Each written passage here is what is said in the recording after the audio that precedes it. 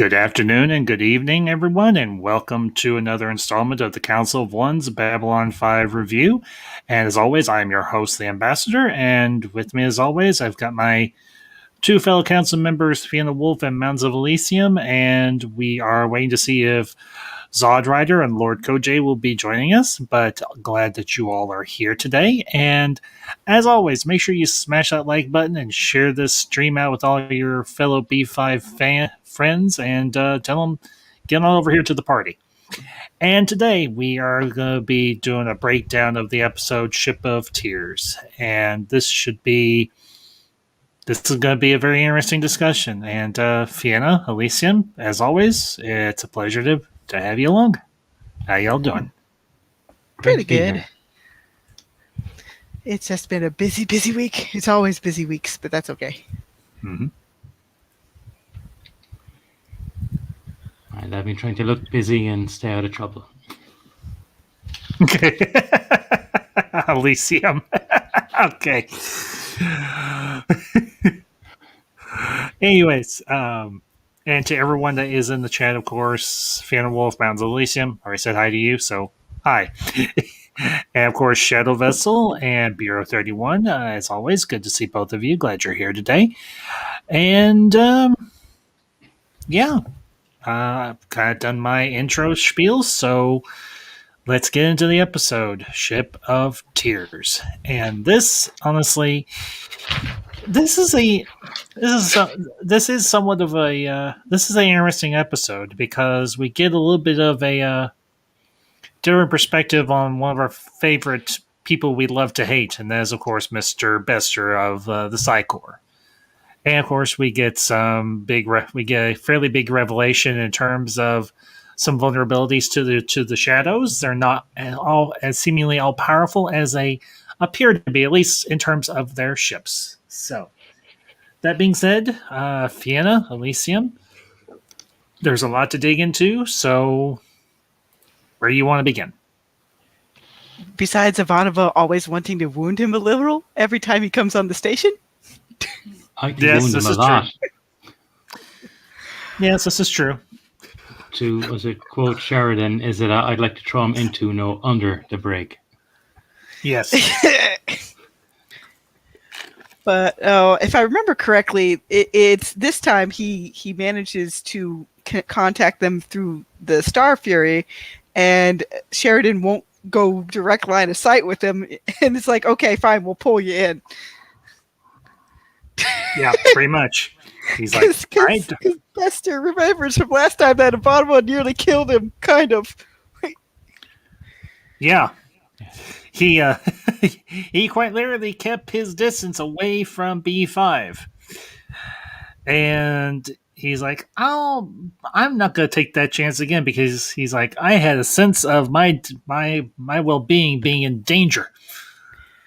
And of course, now that I think about it, since they recently broke away from Earth, them seeing a Psycor vessel would have put them on alert even sooner, like had it approached the station. Mm-hmm. Oopsie. Yes, and I do think Bester's there not on behalf of Psycor, he's there on behalf of himself. Yep. With some Psycor knowledge, but I don't believe it was sanctioned. Because he was willing to go against his own. He said, like, I don't care. I think he mentioned to Ivanova, he sees him working with mundanes until he's got what he wants, then getting to the top of Psycor and being uncontrolled. And he was quite open about it, which I thought was an interesting tact. Oh, yeah. I mean, from the looks of it, he also knows that Psycor is working with the Shadows in Morden, and he doesn't like that one bit. He's like, that's my Psycor. I want to use them the way I want to. Exactly. And, of course, here's another member of the council, Lord Koj. Good to see you, bud, and pleasure as always to have you on with us. So, how you doing? I'm good. Thank you, fam. Happy to be here. So we just literally got started. We're kind of breaking down the main plot line of the episode, and that being the whole issue, the whole situation with Bester. So, anything you want to say? So, by all means, do no, so. yeah. I just want to hear more of that. What Fiona was saying with Bester coming. He's like, "Yo, that's my psychor." Totally get Yeah. that. So, Fiona, I mean, go continue on. Well, because there's the part where if I remember correctly, this is the episode where Bester's lovely little side sandwich there. The mother of more of his children merges with Medbay, I think, at one point, and like the sign hurts us, but he's constantly trying to convince her to be like, "Come back to the Psychor, we'll take care of you. I'll take care of you." It's like, oh dear. Yeah, and it actually speaks volumes about Sheridan and the others, especially when they use these guys to disable the ships in the Civil War portion to take back Earth, that they don't put her as one of the potential units to be put on board other ships, because Sheridan tried his best to find telepaths that were under that influence that didn't have any family back home, that they were complete loners. So since he knew Bester had a certain kind of connection with her, he on purpose did not put her in that line of fire, which again showcases that Sheridan cares about innocent people, even if they ended up going into the orbit of people like Bester. Yes. Very true. And I would say that's another great sign of Sheridan's character in terms of that, because he's like, I don't like you. I hate your guts. If I had my way, I would space your ass. He's like, I'm not going to punish someone that you care about, or a seemingly innocent or an innocent, to do that. So. Because darn well Bester wouldn't hold up that same end of the bargain if he had somebody important to some of the staff on Babylon 5. He'd use them as a cat's he's paw. kind of already doing it, right? In some ways, but luckily for us, Bester doesn't hold all the cards. Yes, One of those thankfully. cards being Lita. Oh God. Woof. Yeah. I always wondered what exactly happened when Lita and Bester went head to head. Literally speaking, I have a feeling that she would turn his brains into slushy. Oh God. Was it in this episode where she like literally snaps his head back? I think it might have been a later episode when they brought her in on a meeting, and then she's just having fun, totally blocking him, and then at the last point she just like BTFOs him, and he's like, woof. I think you're. I think that's later on, right? I think that's yes. I think that's that's in season 4. I'm pretty sure when it's after they finish the war with the shadows, and he's like, "Have you all figured out how to get my lover out of the brain prison?" And they're like, "No." Then he's like, "Well, let's go to Zahadum," and that was in season 4. So you're a few episodes off, but that's it's okay. Still fun. It's still fun to see how all these interlink together eventually, So that's always fun. Yes, it is. That's true. And just real quick to the chat, Lewis Cox and Jarl Woke Bro. Good to see you both. And Lewis Cox, I would love a new Babylon 5 series, or hell, a Babylon 5 reboot. I love Babylon 5. I don't know how I would feel about a reboot per se, because the show was perfect as is, but maybe a new series? I would say it has so much rich lore. A reboot would be like, I would do it like how they did Mask of Zorro and Legend of Zorro. They didn't really reboot Zorro; they just continued it after De La Vega. So, how cool would it be to continue, like make a quote season 6, see what Lockley's doing, just follow that, and then we can bring people back or characters. I'd be interested in seeing the one was a deconstruction of Falling Stars, the 2 monks. About seeing Earth after the burn rebuilding. Honestly, that would make for a really cool story. That would, with that the 2 monks and them on Earth. Yeah, it could. Or even a little series of like little mini episodes, kind of like what they did try to do with the Legend of the Rangers, like a little offshoot. Like that would be fine too. Like you could follow a handful of characters, or even like the Lost Tales. Man, if he had a bigger platform, the Lost Tales would have been interesting to fill in more gaps. Yes. Yes. I think that's what Lost Tales essentially was, like a kind of reboot, because the whole design inside the station was updated and totally different. To me, that sounds like a reboot, you know. But they didn't reset the story; they just continued. They just kind of rebooted the aesthetics. Mhm. Actually, And completely didn't. Oh, I sorry. mean, no, go ahead, Lysian. yep, I go was for it. about to say that I think in the episode, Brother Alwyn said that give him another 15, 20 years, he'll be perfect for the Rangers. That's around now, so I think this will be perfect. The same actor coming back. He'll be the Mm. age. Wow, that's brilliant. Oh wow, that's good. Mm.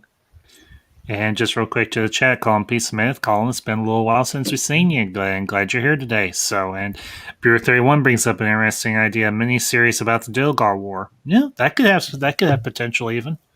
So, I mean, because you don't necessarily have to have any of the main characters. I mean, you could, but here's the deal: Bruce Boxleitner is a very old Claudia Christian. Well, I don't even think she fought in the Dilgar War, much less was in. But you could Because she was have a just different. yeah, Yes, she I was think. barely getting into the Minbari War. She was Yeah, talking to Ganya before he went off, and she wasn't even in the military yet. Yeah, because exactly. Garibaldi's the one I think saw a tail end of the Dilgar War because he's a bit older. But Mm-hmm. his father was mainly involved in the Dilgar War because both of them interacted with Franklin's dad, or at least Garibaldi's dad interacted with Franklin's dad in the earlier years. Yeah, something like that. Well, we could totally have them have like a new actor, Franklin's dad. I don't know, cast Bruce Willis as Garibaldi's dad or something, and then make a Dilgar War movie and bring Deathwalker in to be one of the second in command villains. That'd be interesting. I mean, Yeah, they that could could even work. animate it too if they wanted to, or even Yeah, comic book format. But yeah. one big thing, even before I have to head off for work in a bit, Mm-hmm. I like the whole thing between Jakar and Delenn in this episode. Delenn finally has to let Yes. everything out. Like, if we had to make the choice between the death of millions and the death of billions, your race might have ended up dead had we not done what we did. Yes. And very quickly to the chat, Geeks enjoyed Neurotica. Good to see it, bud, as always. But yeah, Fiona, thank you for bringing that up because that is a very. That was a bit of a culmination of a plot thread that had been going on for a while now, and Jakar had been pestering them. Look, I want in. I know you're doing something. I want in. I want to help. Let me help. And finally, John and Delenn sit down and they have that conversation and say, look, he wants in. He's proven he can be an asset. We know we can trust him. He's not a double agent or anything else. Let's bring him in. And she's like, well, there's one thing we need to tell him. And that's the whole shooting match about the Centauri and the shadows and Narn and everything else. He's like, I'll do it. And she's like, no, it's not for you to do. It's for me to do. And I will say that scene between Jakar and Delenn, it's a hard scene, but it was a scene that needed to take place. And I'm glad, I will say it. Andreas Kasoulis and Mira Furlan, may they rest in peace. They absolutely brought the emotional intensity that was necessary for that scene. They did, I think, an immense job conveying the emotion that would be necessary for a scene like that, where a character finds out we knew what was happening, but if we had told you what was happening, it's possible something worse may have transpired. So Yeah, because as long as the shadows believe that it was just hearsay that Jakar was talking about, not confirmation, then they didn't go ahead and KO the entire planet to cover it up. Because they could have easily done that with the Centauri, like with the Drakh releasing the plague on Earth. They could have done something similar using the Centauri to, say, lace something in those mass drivers to permanently take care of the Narn situation. Yeah, pretty much. And Bureau 31 brings up a great quote from the episode. Want to? No. Have to? Yes. And that's something I wholeheartedly agree with. Because... Oh, sorry. Go ahead, Lisa. No, you're fine. Go on. I was just thinking that, and I just realized that had they actually, what Jakar reveals at the end of the episode, or what he kind of knew that the shadows had been there, that really puts the nail in the coffin that the answer to fight the shadows was on Narn. So if the Narns had spoken out, if it had become knowledge, before anyone else could find out, the shadows most certainly would have killed them. So I think there's that thread going on in the background that neither Jakar nor Delenn knew, that knowledge would definitely have killed him. Delenn was right, and on the other side, I do like that she owned up, didn't apologize for what she did, but owned up and did it in private. So she gave Jakar the opportunity to kill her. Like he said, if you'd have told me this months ago, I would have killed you where you stand. And Delenn was willing to accept that. And that spoke volumes for the character. Yes. Huge volumes. I love that too. I was crying on that part. For me, that was the ship of tears, because I'm thinking, if he really wants in, they kind of have to reveal everything that they've known, and she's known the most because her whole culture and her has been following the shadows forever, and for him to really be on the team, they have to do it with no skeletons in the closet. You know, they have to let everything out, and because at first I don't think they really saw Jakar's transformation into this heroic character that he's become. We saw it first before they did, and knowing what the shadow involvement was with Narn was something that they didn't really consider until Jakar was turning good guy. So maybe everyone was like thinking, all right, Jakar, maybe we should bring him in. But Delenn is always thinking deeper. It's like, yeah, but she's probably thinking, I'm thinking that she's assuming that he's a different person now, but also she's aware that they saw him differently in the past, where certain things they would kind of brush off, like, oh, we know that they did attack him, and we need you to know that. So if you are going to be on course at this, it's going to be 100% all your heart and dedication, because you have to accept the truth of everything. And that's because what I like about Delenn is like everything's committed to whatever you do. Nothing is like half-assed or 2% or 50%. It's 100%. You're all in. And because I feel Delenn really cares about the enrichedness of the soul, like good, bad, that all like. And I think she sees everyone as like potential good, and she wants to like leave no stone unturned and leave no room for any shadow in anyone's mind or heart to like be on the team. Well, and Colin P. Smith brings up a good point, and thank you, Colin, for that. Especially when you consider what we learned about how much the Minbari know in the beginning. Yeah, because the Minbari knew a lot. They knew the shadows were on the move. They were moving slowly and quietly, but they were moving. And I mean, if you consider the time frame, in the beginning takes place in the 2230s or 2230s, and we jump ahead to 2258 or 59 at the beginning of the series. That's roughly 20, 30 years that the Minbari had known that the shadows were slowly starting to regather their forces and rebuild their forces. So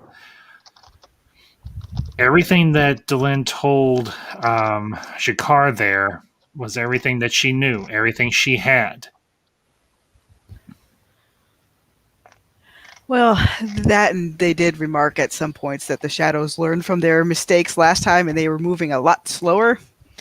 Because even the Book of Jaquan does state that the shadows did use Narn as a base back when it was green and fertile and all that stuff. And they pretty much KO'd most of the Narn telepaths, because the book did mention that there wasn't enough viable ones left over after that initial Shadow War. So you never know. Like I think they ended up helping the Minbari and Valen during that first go around. Yes. Well, and Elysium put a couple of interesting things in the private chat. How could Jaquan and the Narn telepaths fight the shadows if the Narn telepaths were killed? Those were the last remaining ones. The older telepaths, their children all killed, too old now to produce any further children, and the technology of cloning or genetics was still beyond them. That's very true. And I'll bring up the other comment here that Elysium puts in. I didn't give Mira or Andreas any instructions on that scene except what was in the script, which was minimal. When you have two performers that solid in the room, just give them the lines and run like hell. And I'll copy these and put them into the public chat because I think this is something everybody would be interested to see. Definitely. So, but I guess I'll mention before I go, my favorite stuff was when Bester was on the White Star and Sheridan was kind of heckling him a bit and like, get the hell out of my chair. That and the fact that Bester was like, well, I could have helped a little bit more with the shadow ships had you let me keep my telepathic abilities. It's like you're not trustworthy enough to keep them in that kind of situation, which is the reason why eventually Lita carries the brunt of being, center stage when it comes to that stuff. Very true. So I'll see you guys later. See you, Fiona. You have a good night, miss. Oh, yes. Take care. But yeah, honestly, that scene, and I'll say even the scene when after they get back from capturing the ship and they've had the revelation that the one woman is Bester's lover, and this is one of the few times when Bester does display a degree of empathy or causes you to feel sympathy for him, because oftentimes he's just painted off. He's kind of a sleaze. But this is one time where you actually legitimately feel for him, and I think that's a great thing about the writing that Straczynski does in terms of this series. When you have so many episodes with Bester, when he's just doing what he does because he believes it's right. Yeah, Colin P. Smith. I'll bring your comment up here. Humanity. Yeah, you actually get a sense of Bester's humanity. I mean, he has a very. Go ahead, Elysium, please. No, sorry, no, you're on a roll there. I can talk about it after you're done. The one thing I want to say, you have him on that very egomaniacal kind of rant when he's talking about telepaths taking over the world or whatever. At the beginning of the episode, when he's talking, I think, to Ivanova and getting underneath her skin, and she hauls off and pastes him one, makes him bleed. And then at the end of the episode, you see him in terms of a person who does care, who has a degree of the ability to care for others. That to me is a truly amazing thing. So, anyways, Elysium, go ahead. No, I think from what I've seen of Bester, the sleaze is an act because he gets under people's skin. When it doesn't suit him, he switches to serious. And I think a lot of that act is because mundanes have treated telepaths terribly. Within the core himself, the background of Bester is, I think his true name is Stephen Baxter. He was persecuted within the core. His parents were killed. And I think a lot of that comes from, well, if I'm killed from within, killed from without, I got to go for what's good for me. He's got enemies on all sides. So I don't condone Bester's actions, but you can understand his behavior. Mm-hmm. He's like an opportunistic survivalist in his ambition to rise up and just look out for number one and be number one in a sense, because he takes being a telepath very self-godlike. But it doesn't derive that he doesn't have, family or this and that. Everyone has that. It's just that his self-preservation and viewpoints and prejudice on everything around him kind of dictates and sets himself in the way he is, I think. Yeah.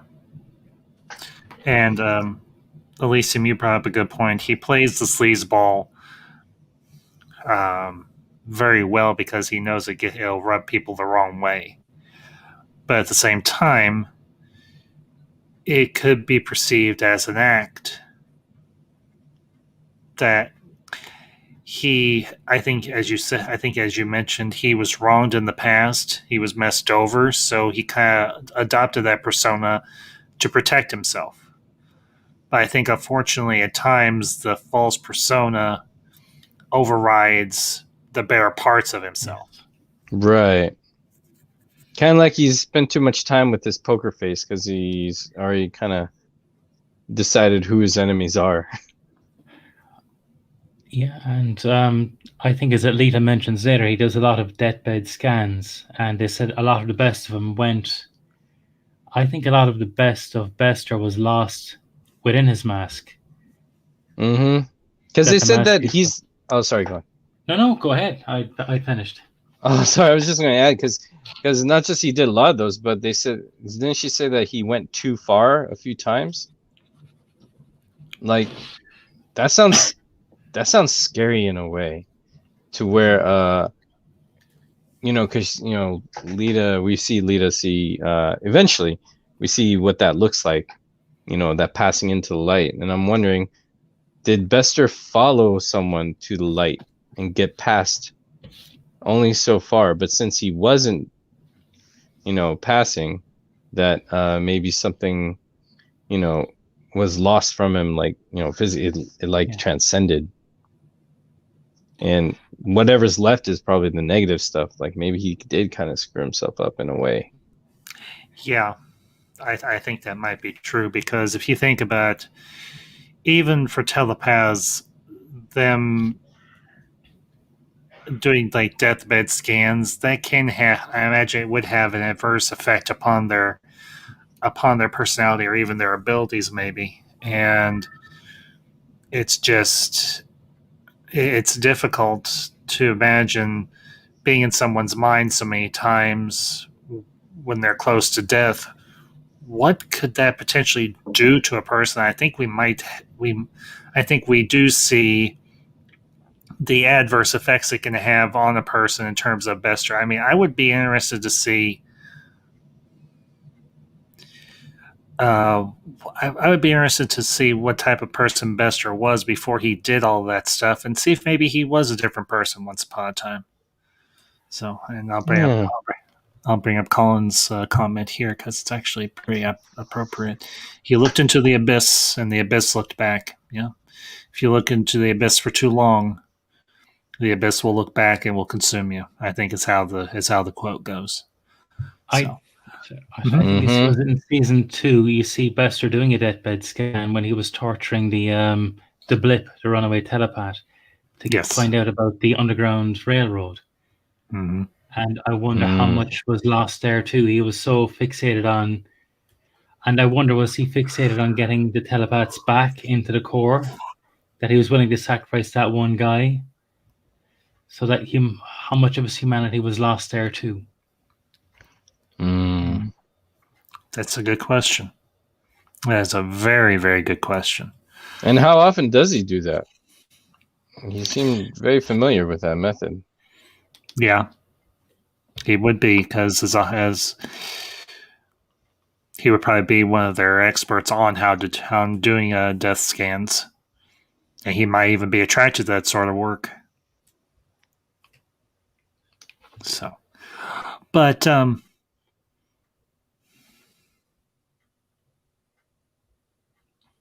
Bester shouldn't be there. It's too far away. I'm not sure what that means per se, Bureau 31, but that's okay. I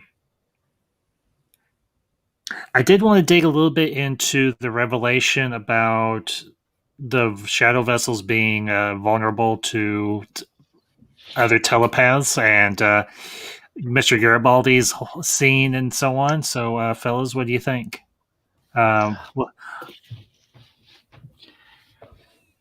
I think it's great that it happened after they let Jakar in. because Garibaldi came upon it really recently, towards the end. Like he was reading it, it's like, whoa, this is good, and he brought the Book of Jaquan there.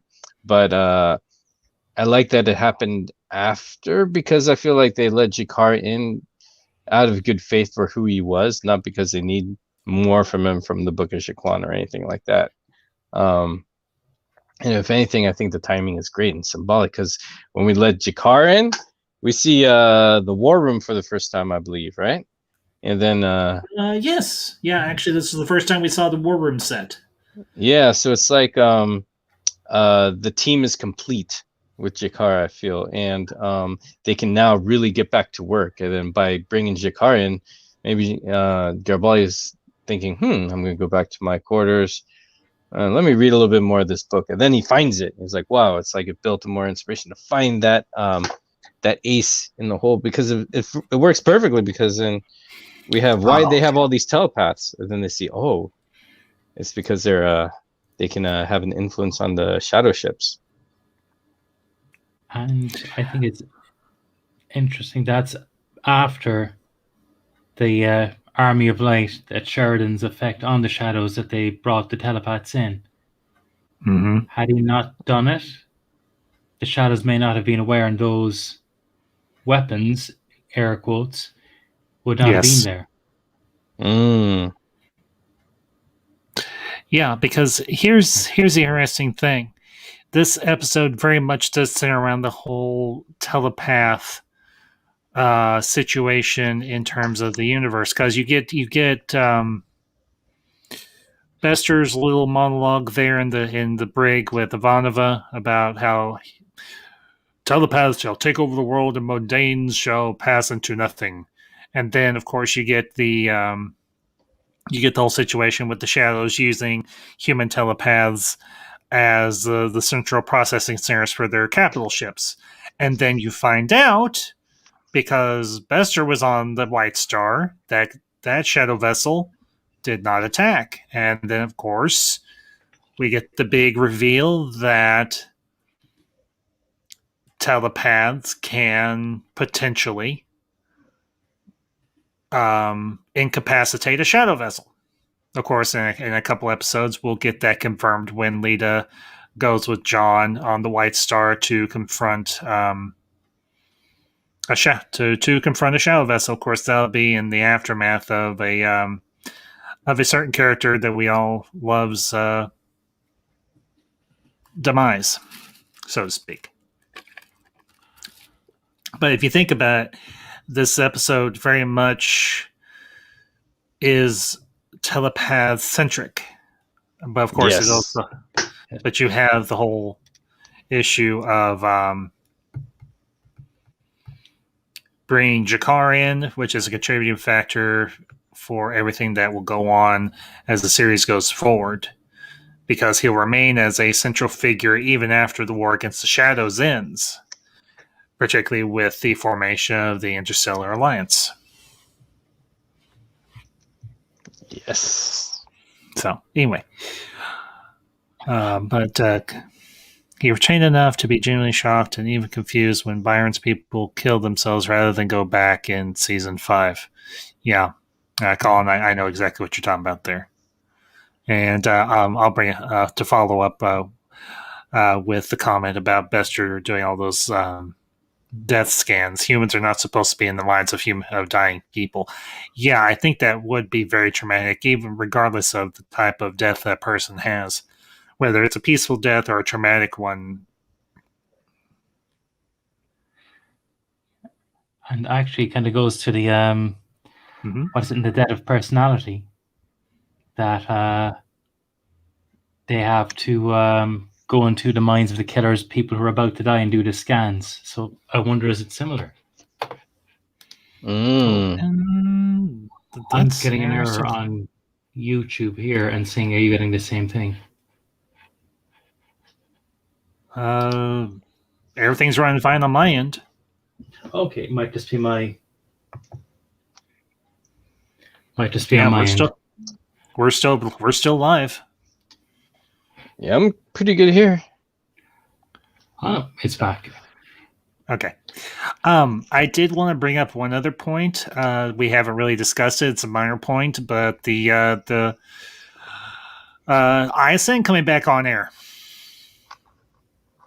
Yeah. I figured we could dig into that a little bit, and we'll try and steer clear of any potential real life issues in terms of that, and just keep it to the universe itself.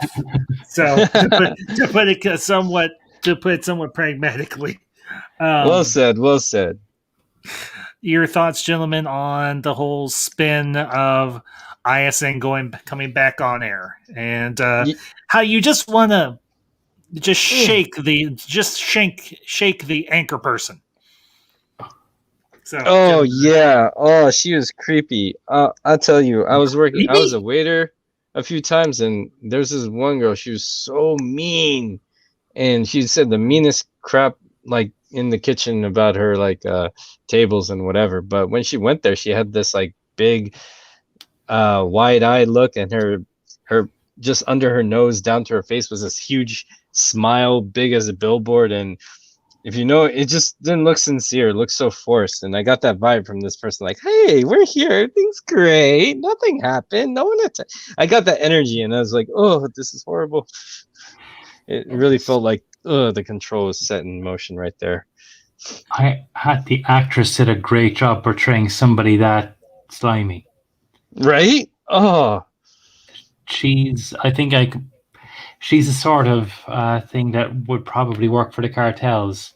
Chop somebody up with a chainsaw and eat a sandwich. No problem. Oh, Lordy. She's, it was, I think I was listening to, was it Lore Reloaded, or no, was it Lore Runners commentary on it, and he said she even smiled in her tone, that you could tell it was forced. Those who were not in the know would say, oh, it's happy, she's smiling, things are good. Those who knew it was fake could see, we know this is fake, you know this is fake, but you cannot do anything about it. And that smile was just smug, saying, you have no hope. And that made it all the more insidious and horrific. I would wholeheartedly agree with that. That was that anchor woman just gives you the Dakota series gives you the Wiggins. The absolute utter and complete full on Wiggins. I mean, I did not care. I mean, every time that woman is on screen, she just makes your skin crawl and your blood run cold and go, I don't like you. I don't like your voice. I don't like your face. And I don't like what you're saying because you're part of a propaganda machine. And you're working for a slime ball in the terms of President Clark. Mm-hmm. You are a complete and total slime bag. Yeah, man. I mean, I know. Total polar opposite of our regular ISN anchor, who is like so sincere, lovable, and joyous and sincere. Oh, it's total polar opposite, which reflects probably what was going on at Earth. You know, because remember that one girl who came over to seduce, Sheridan. Oh yeah, and Ivana was like, "You're about to go where everyone's gone before." It's like another person. It's like these are the people who are supporting Clark back at home, and there's a lot more of them than we think. They're all probably just like that slime ball thing. It just creeps you out. Yep. It's like pretty much. It just feels like Nazi Germany or something. Yes, I would say that is not an inaccurate analogy. So because you could almost. You put her in a certain uniform and you put a old school radio microphone in front of her face and hi. I think it reminds me of that line from, was it Orlando talking about his wife Marielle, that she's like the moth that burns the flame, that these are the sort of people who, it doesn't matter who they are, who's in power, be it right wing, left wing, centrist, monarchy, you name it. These people will gravitate to power, and they'll play the same role regardless. And when power regimes change, you'll see them throw off the armband and take up the other one and going, I was always like this. He almost wished there was someone like the Colonel from Inglourious Bastards who could carve the nice little symbol into their forehead. Gracias. I love that like in the mud hole. Yes, and walk it dry. And whatever emblem would be put a big C in her forehead. Of course, that could stand for. Of course, that C could be interpreted in numerous ways, not necessarily Clark. If you, I imagine you gentlemen know where I'm going. I'm sure you do. Yeah. Cobb Swallop. That was totally what you were thinking. No, I was thinking of a. Well, you both know what I was thinking, so I'm not going to go there. But anyway, oh goodness. But yeah, in terms of the episode, I know it's. You calling me Smith? Sorry, I saw that in the chat. Yeah, you could say that maybe if you wanted to, but hey, in my motherland, the cows are sacred, so it could be a compliment. Yeah, so that woman's not. Is that? Couldn't. Okay, all right, Colin.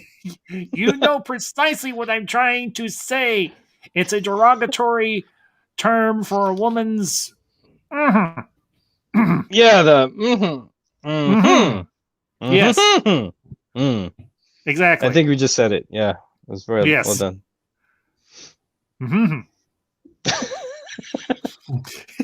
Oh my goodness! Start talking about a news anchor and hilarity ensues. Oh well, that's not terribly uncommon nowadays. Hey man, it's not your fault we went there. It's Clark's ISN that got us there, So it's Clark's fault. Thanks a lot, you flabby, bald-headed looking little toad. No, Colin, that's not necessarily a derogatory term. No, good grief. I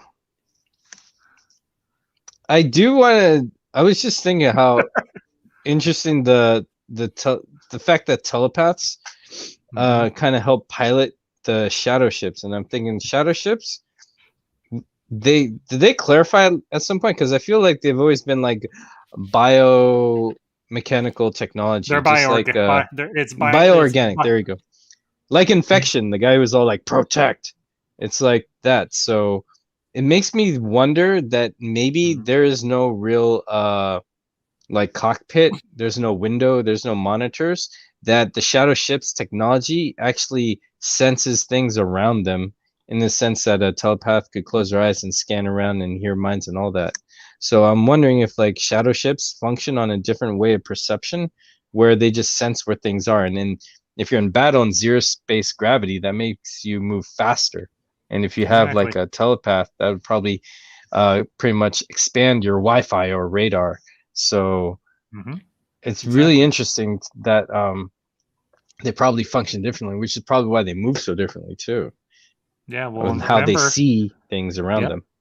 Well, and remember, Anna Sheridan was plugged into a shadow vessel for a while as well, until they figured out who she was. I think they operate on something similar to the Great Machine, but with unwilling guests. Yeah.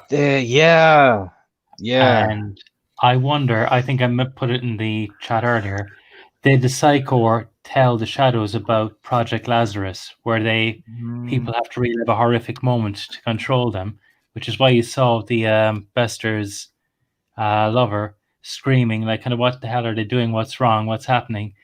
They implant something terrible so they can control the telepath. Yeah, that's a possibility too. I didn't think of that. That's Elysium, good catch. Wow. Yeah, definitely. Yeah, because if you think about it, and I will say this, I don't know if those were dummies or whatever the case may be, but that one person in one of the sleeper pods, the expression on his face Oof. Just absolutely, you feel bad for the person, but of course that's the idea. Yeah. No, This is like total X-Files level. Yes.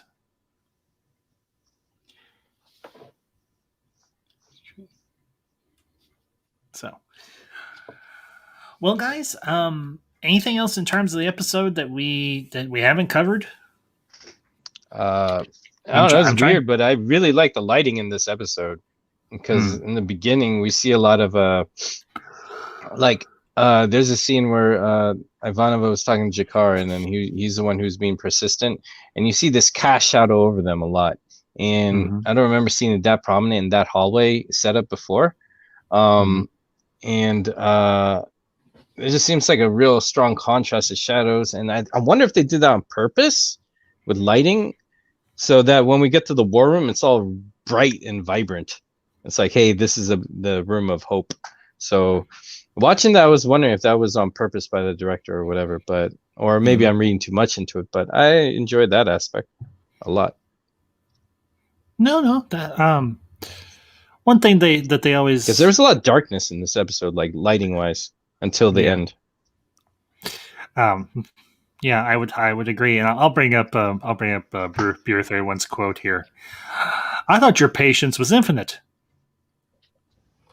Was infinite like the universe? Yes, but since space and time are curved, the infinite sooner or later bends back upon itself and ends up where it began, and so have I.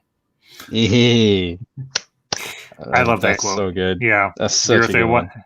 Yeah, because if you think about it, Jakar has been more than patient. I mean, he could. Let's be honest here. Narns are exceedingly strong.